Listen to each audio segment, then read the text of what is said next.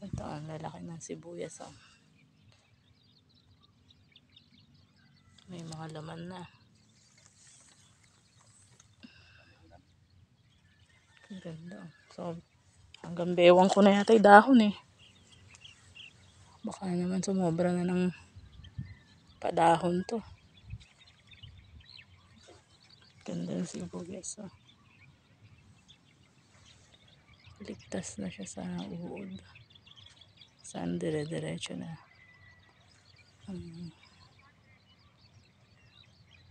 Makabawi sa puhunan ng mga nagsasaka dito sa Pitanya.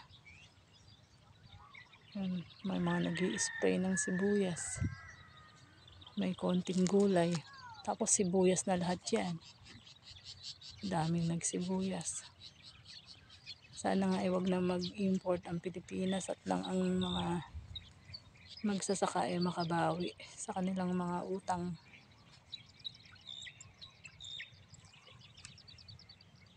Yan ang buhay ni magsisibuyas.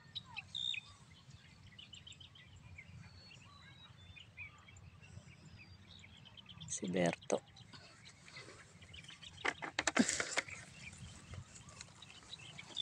Sibuyas na. February to. February katapusan ng ani. Buti maganda ang panahon. Ayun, nag-i-spray ang sibuyas si Kuya doon sa malayo. Sibuyas ni Konsehal Ede. Kalalaki na oh. Ganda na sibuyas ni Konsehal. Ayun, yung batang maliit. Kasama na ng nanay. Pumupulot ng damo.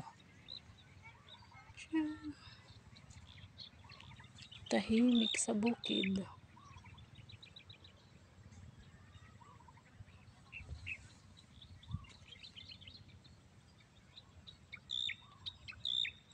Ibon lang yung maririnig. Mas malamig. Ganyan kasimple ang buhay dito sa probinsya. Dito to sa Nueva Ecija. Promote ulit natin si Camila Resort. Kapit bahay, ayan. Kapit bukid. Maganda dyan. Maraming mga artistang pumapasyal. Makapasyal nga din. Char.